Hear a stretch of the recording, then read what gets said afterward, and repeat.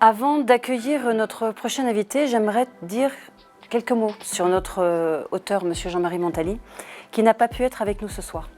Journaliste français, auteur de plusieurs ouvrages, également réalisateur. Jean-Marie Montali est un grand reporter. Il a été directeur exécutif de la rédaction du Figaro Magazine et directeur adjoint des rédactions du Parisien et Aujourd'hui en France. Homme de terrain, Jean-Marie sillonne des terres meurtries par la guerre. Dans son dernier ouvrage, Nous sommes les voix des morts, Les derniers déportés témoignent, édition du Cherche Midi en 2019, notre auteur part à Haïfa en Israël, cherchant humblement à recueillir les témoignages des derniers rescapés de la Shoah. Les souvenirs s'entrechoquent, les mots s'agitent, dans la difficulté de choisir les plus crédibles. Comment expliquer l'inexplicable ? Dans son nouvel ouvrage, Les larmes de Kaboul, qui vient tout juste d'être publié il y a quelques jours, Jean-Marie nous raconte l'Afghanistan. L'ayant couvert, parcouru de nombreuses années, proche du commandant Massoud, dont il publie en 1998 dans le Figaro Magazine sa profession de foi politique. Véritable avertissement adressé aux démocraties. Son ouvrage aborde d'abord l'histoire de ce pays, de ses hommes, de ses femmes, de sa culture, de ses rêves, de ses cris, émaillé de récits tout aussi poignants qu'incisifs. Il écrit « Je préfère apprendre le pays sur place, respirer son odeur, comprendre son ambiance, sentir sa chaleur. Y rencontrer des gens, y avoir faim, peur, soif, m'y perdre. L'Afghanistan n'est pas un pays qu'on analyse, c'est un pays qu'on aime. » Accueillons maintenant M. Hervé Guémard, qui va nous parler de son dernier ouvrage, Un homme en guerre. Bonsoir Hervé. Bonsoir. Vous êtes un homme politique français, savoyard né à Bourg-Saint-Maurice. Vous occupez actuellement le poste de président du conseil départemental de Savoie, de la Savoie. Depuis votre plus tendre enfance, l'écriture comme une rencontre s'impose à vous. Votre vagabondage littéraire, au fil du temps, se construit et fait évoluer votre goût pour la littérature.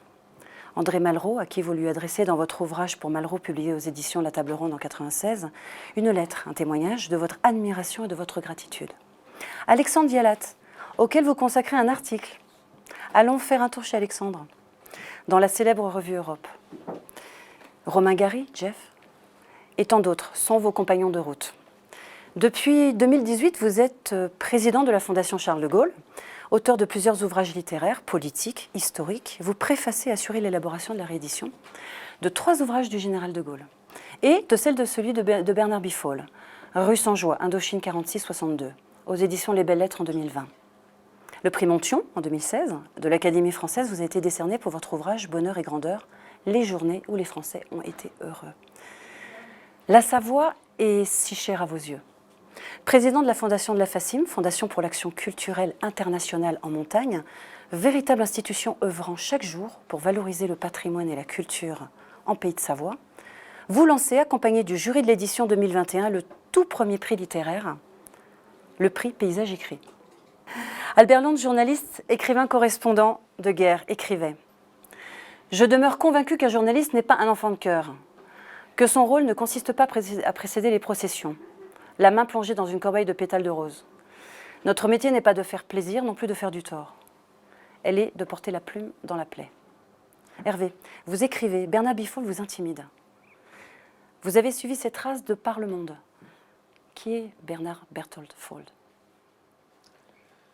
Alors Bernard Foll est un homme qui fut universitaire. C'est comme ça qu'on le connaît, parce qu'il a écrit des livres sur l'Asie, et notamment le Vietnam, le Cambodge, principalement.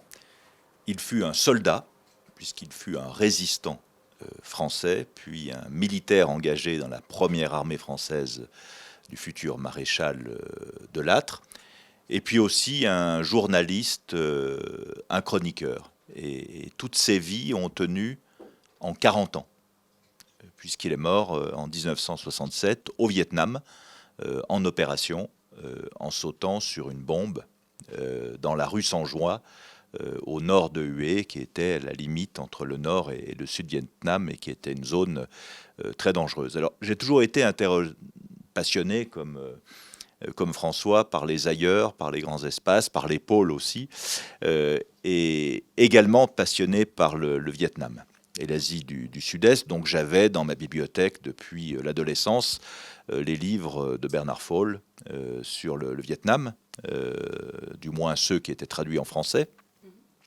Et donc pour moi, c'était un universitaire américain, une sorte de Kissinger.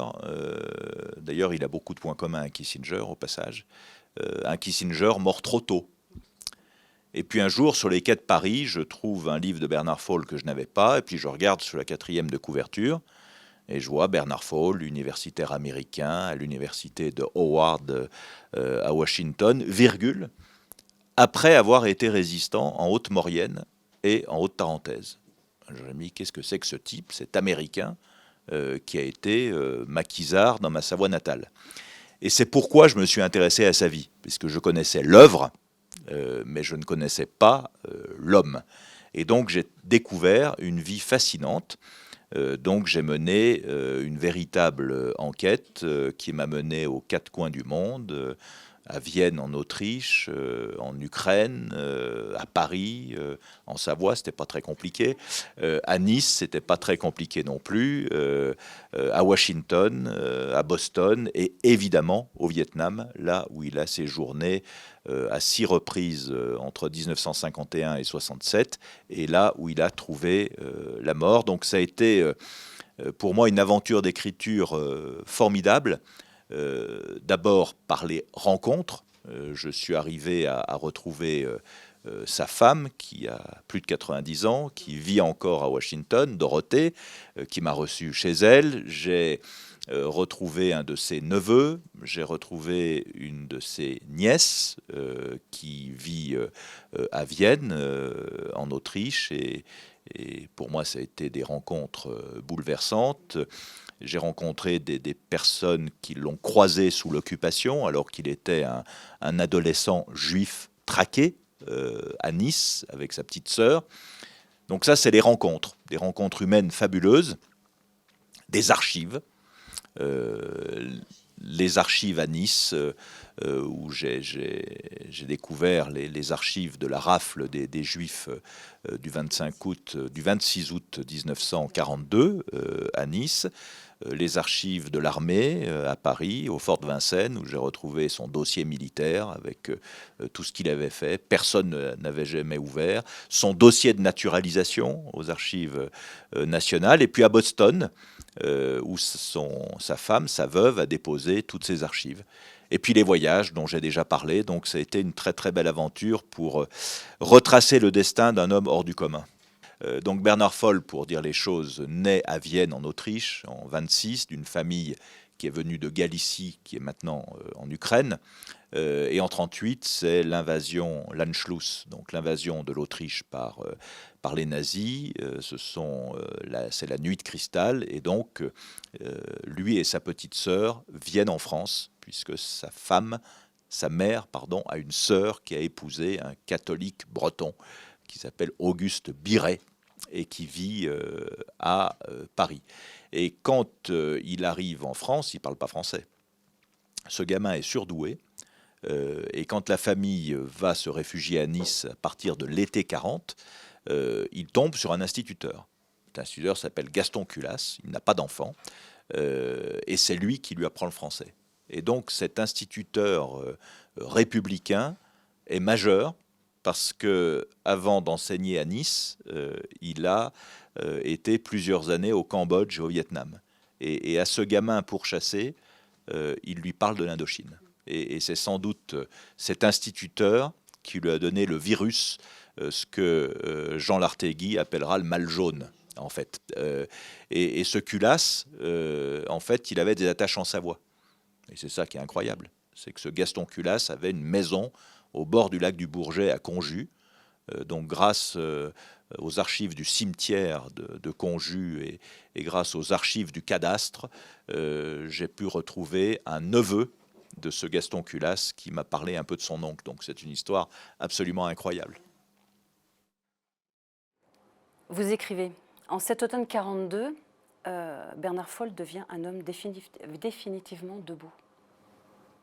Oui, parce qu'il est la famille Foll, donc les parents et les deux enfants. Je passe sur les détails parce que c'est une odyssée absolument incroyable à travers l'Europe en guerre, arrive à se retrouver en août 40 à Nice. Et donc, cette famille juive pourchassée va vivre une relative paix, malgré les privations, entre 40 et 42 à Nice, qui fut un refuge pour beaucoup de juifs français et étrangers. Et ils vivent dans les sommets de Nice, dans une grande demeure, qui est une sorte de kibbutz avant la lettre, qui appartient à une organisation juive, mais avant la Deuxième Guerre mondiale et avant les persécutions, pour former des candidats à l'émigration en Israël et leur apprendre le travail de la terre. Donc ils sont dans cette espèce de kibbutz qui ne dit pas son nom sur les hauteurs de Nice, qui s'appelle la Villa Beauregard. Et à 3 heures du matin, donc dans la nuit du 25 au 26 août 1942, la police de Vichy, parce qu'il n'y a pas un Allemand, hein, la police de Vichy vient arrêter tous les occupants de cette villa. Le père s'enfuit, il sera rattrapé un an plus tard par la Gestapo et assassiné. La maman et la petite sœur sont embarquées, et Bernard, qui a 16 ans, a sa vie sauvée grâce à un policier français. Il est dans une chambre, le policier ouvre la porte et il dit à ses collègues « il n'y a personne », tout en le voyant. Et donc, après la rafle, Bernard se retrouve seul dans cette maison. Il est recueilli par des voisins au petit matin. Et alors là, il rentre dans une semi-clandestinité à 16 ans. Il faut bien manger. Donc, il est dans les Compagnons de France, qui est une organisation vichiste d'entraide pour les personnes âgées, pour faire des travaux d'intérêt général, parce que là, il a le gîte et le couvert, et le béret. Et puis, en fait, il est dans l'organisation juive de combat. Donc, il mène des actions de résistance dans les Alpes-Maritimes de 42 à 44.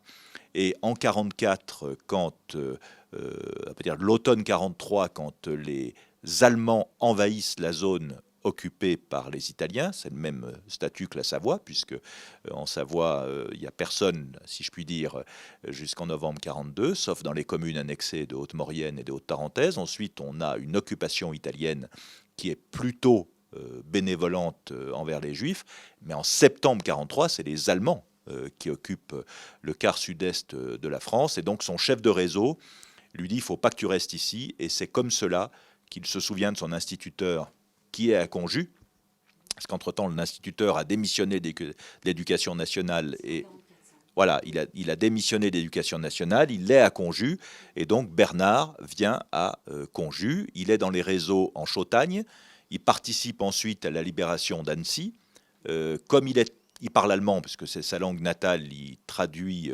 les prisonniers, enfin pour les renseignements auprès des prisonniers, et ensuite il vient en Savoie, dans le réseau de Grand, qui est en fait un Savoyard d'Aix-les-Bains qui s'appelle Maspero, qui a laissé un grand souvenir dans notre département, et il participe à la libération de la Maurienne. Il est blessé près d'Aiguebelle, il va jusqu'à Modane, ensuite il redescend, il passe le col de la Madeleine, il va jusqu'en Haute-Tarentaise dans les combats retardateurs de l'automne 44, et ensuite il s'engage dans l'armée française. Il va à Chambéry, à la caserne Curial. J'ai découvert le dossier où il s'engage dans l'armée française jusqu'à la fin de la guerre, et il sera démobilisé en 46. Et en 46, ironie du sort, il ne sait pas trop quoi faire. En 46, il a 20 ans. Les 3/4 de sa famille ont été à Auschwitz ou ailleurs. Il a retrouvé entre-temps sa petite sœur qui a été sauvée par les sœurs Clarisse de Nice, au couvent de Cimier. Donc, et ses sœurs sont reconnues juste parmi les nations par Israël. Donc il retrouve sa petite sœur. Heureusement, son oncle et sa tante, eux, ont survécu, puisque sa tante a été protégée par son breton de mari pendant l'occupation. Et là, il ne sait pas trop quoi faire. Et il rencontre quelqu'un qui lui dit bah, « Tiens, les Américains cherchent des traducteurs pour le procès de Nuremberg. Et donc, il part en Allemagne en 1946 pour traduire les procès des bourreaux de ses parents. Parce que c'est ça qui me fascine chez Bernard Fall.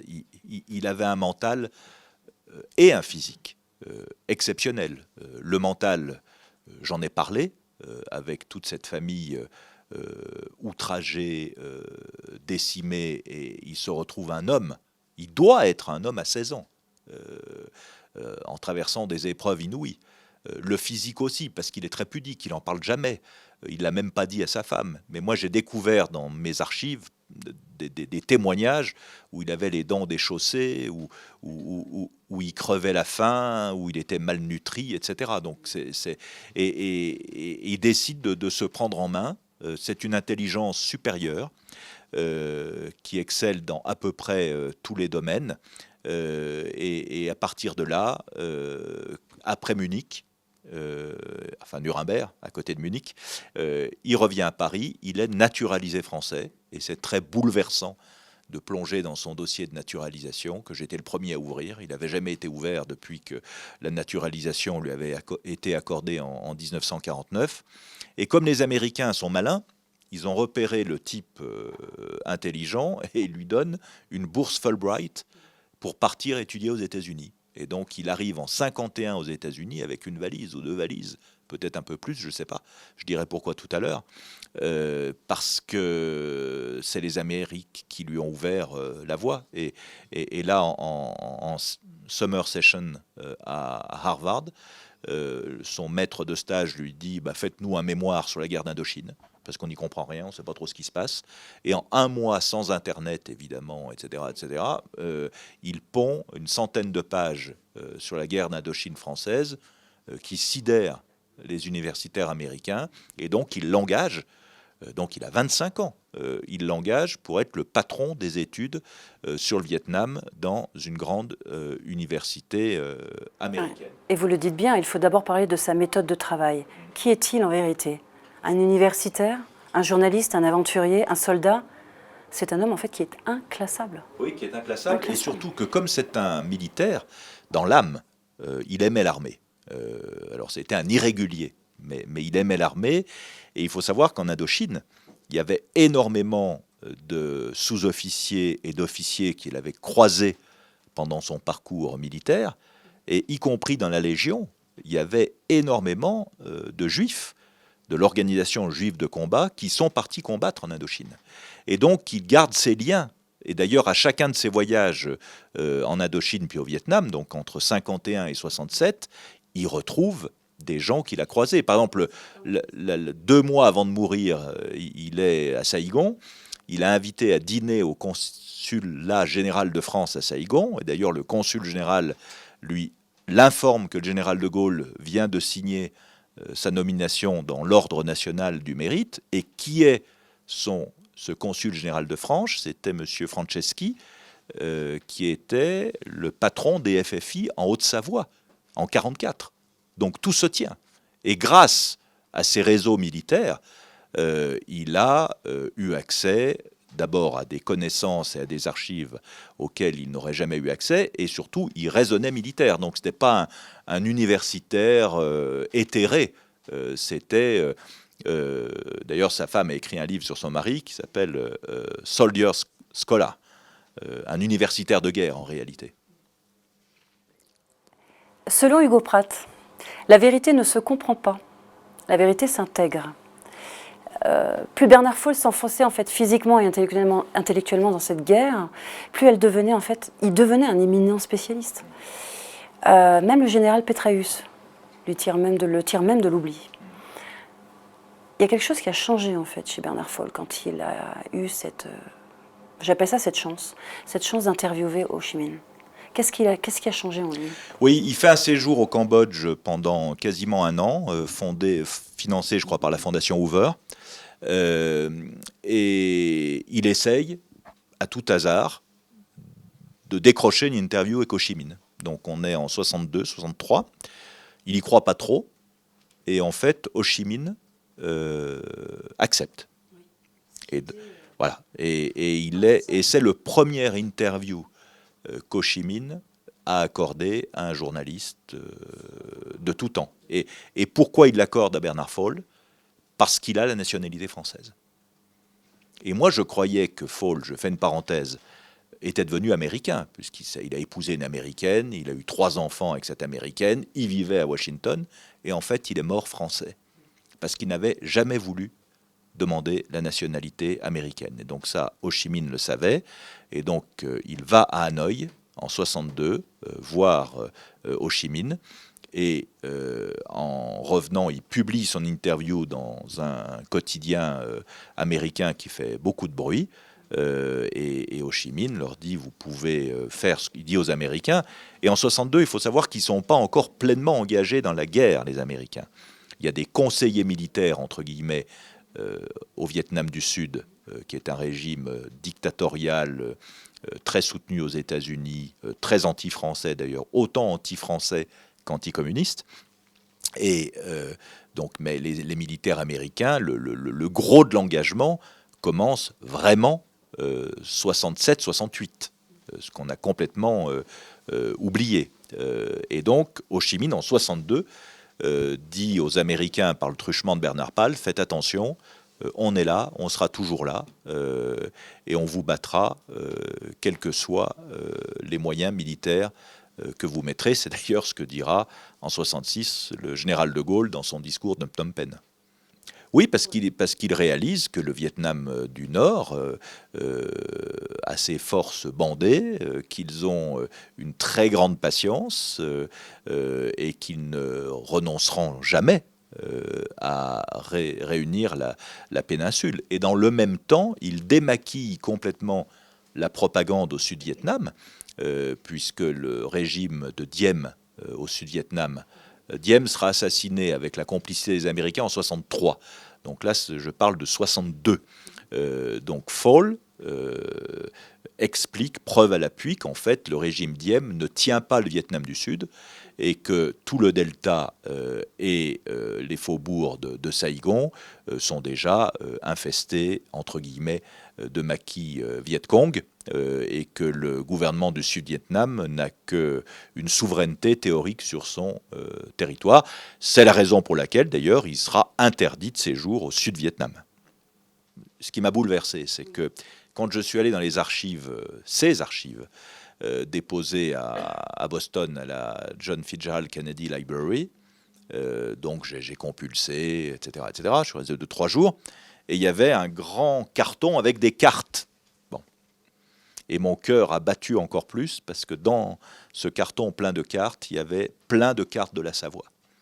Et donc il y avait non seulement des cartes d'état-major, mais il y a une carte que je reproduis dans le cahier hors texte, qui est une carte de Savoie, annotée de sa main, où il met, à l'automne 44, les positions des Allemands, les positions des maquis, etc. Voilà, c'est cette carte-là.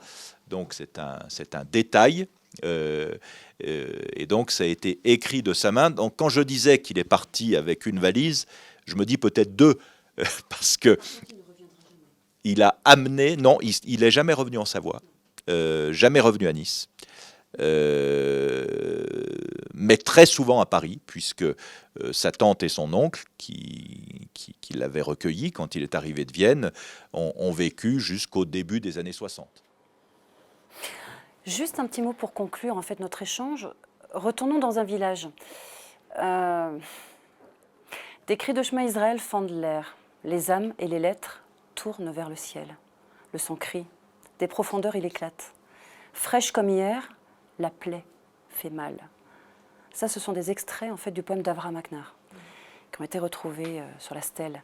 Mosti, quel lien avec Bernard Fall? Alors, Mości Wielki, qui veut dire grand pont en polonais, est une bourgade de quelques milliers d'habitants qui est au nord de ce qu'on appelait Lemberg, qui est devenu Lviv et sous l'occupation polonaise, et qui est maintenant, c'est Lvov, puisque maintenant c'est ukrainien. Donc, pour situer, la Galicie, c'est un vrai pays, enfin, c'est un duché depuis la plus haute antiquité, ou presque, comme aurait dit Alexandre Vialat, qui a été successivement austro-hongrois jusqu'en 18, ensuite polonais, entre les deux guerres, ensuite conquis par les Allemands quand les Allemands ont conquis la Pologne en 1939, et ensuite dans le cadre du partage Hitler-Staline, c'est devenu soviétique dans la République socialiste soviétique d'Ukraine. Et donc, c'est toujours en Ukraine. Alors, pourquoi je suis allé à Mosty? Tout simplement parce que la mère de Bernard Fall est née à Mosty. Et je voulais voir d'où cette famille venait. Vous aviez ressenti ce besoin d'aller voir. Ah oui, oui. Je de voulais, ressentir. Voilà, d'où venait cette famille, parce que j'écrirais peut-être un deuxième livre, peut-être un peu romancé, encore qui ait plus de renseignements que Pythéas de Marseille, sur cette famille Seligman qui est absolument fascinante, puisqu'il y a 5 filles et un garçon qui sont nés à la fin du 19e ou au début du 20e siècle dans cette bourgade, et le destin éclaté de ces 6 enfants dans les tragédies du 20e siècle est absolument incroyable. Donc il y a la mère de Bernard qui sera exterminée à Auschwitz. Il y a sa sœur qui sera exterminée à Auschwitz avec son mari et ses 2 petits garçons. Il y a cette autre sœur qui a épousé ce Breton dont je parlais. Il y en a une autre qui a épousé un autre Français, mais qui s'est réfugié aux États-Unis pendant la guerre et qui est revenu. Et enfin, il y a un fils qui avait une femme, et c'est un destin tragique parce qu'ils sont fuis l'Autriche par des voies différentes. Le père et le petit garçon sont passés. La mère et la petite fille ne sont pas passés et ont été exterminés. Et le père et le petit garçon se sont retrouvés en Colombie, où ils ont fait le reste de leur vie. Donc je voulais absolument voir ce qu'était cette bourgade, où en gros une petite moitié de la population était juive avant la guerre, avec d'ailleurs une école spirituelle hassidique extrêmement connue. C'est un village qui avait connu déjà une émigration à la fin du 19e siècle aux États-Unis. Et la communauté juive a été complètement, comme disaient les nazis, vernichtet, c'est-à-dire anéantie en 1942 par la Shoah par balle. Et il n'y a plus un juif, évidemment, à Mosty. Tout le quartier juif a été rasé. Il ne reste plus que les décombres de la synagogue, et donc j'y suis allé avec ma femme et un ami, et on a trouvé, alors évidemment je ne parle pas ukrainien, je ne parle pas russe, je ne parle pas polonais, et donc on est tombé sur un vieil homme qui parlait polonais, donc par le truchement de ces téléphones intelligents, de ces smartphones traducteurs. On est arrivé à entrer en contact, et en fait, on est tombé par hasard sur cet homme, et en fait, qui devait avoir 85 ans, et lui était de père polonais, de mère ukrainienne. Son père a été tué par les Allemands en 1939 pendant la guerre, et lui était resté là. Et donc, il avait reconstitué l'histoire de la communauté juive de Mosty. Il a fait un plan au crayon à papier pour nous montrer où étaient les choses. Et c'est lui qui nous a emmenés dans la forêt, à l'endroit où avait eu lieu cette exécution collective qu'on appelle maintenant la Shoah par balle. Donc c'était absolument bouleversant. Donc voilà d'où venait la famille de Bernard Fall. Merci. Merci à vous, messieurs. Merci.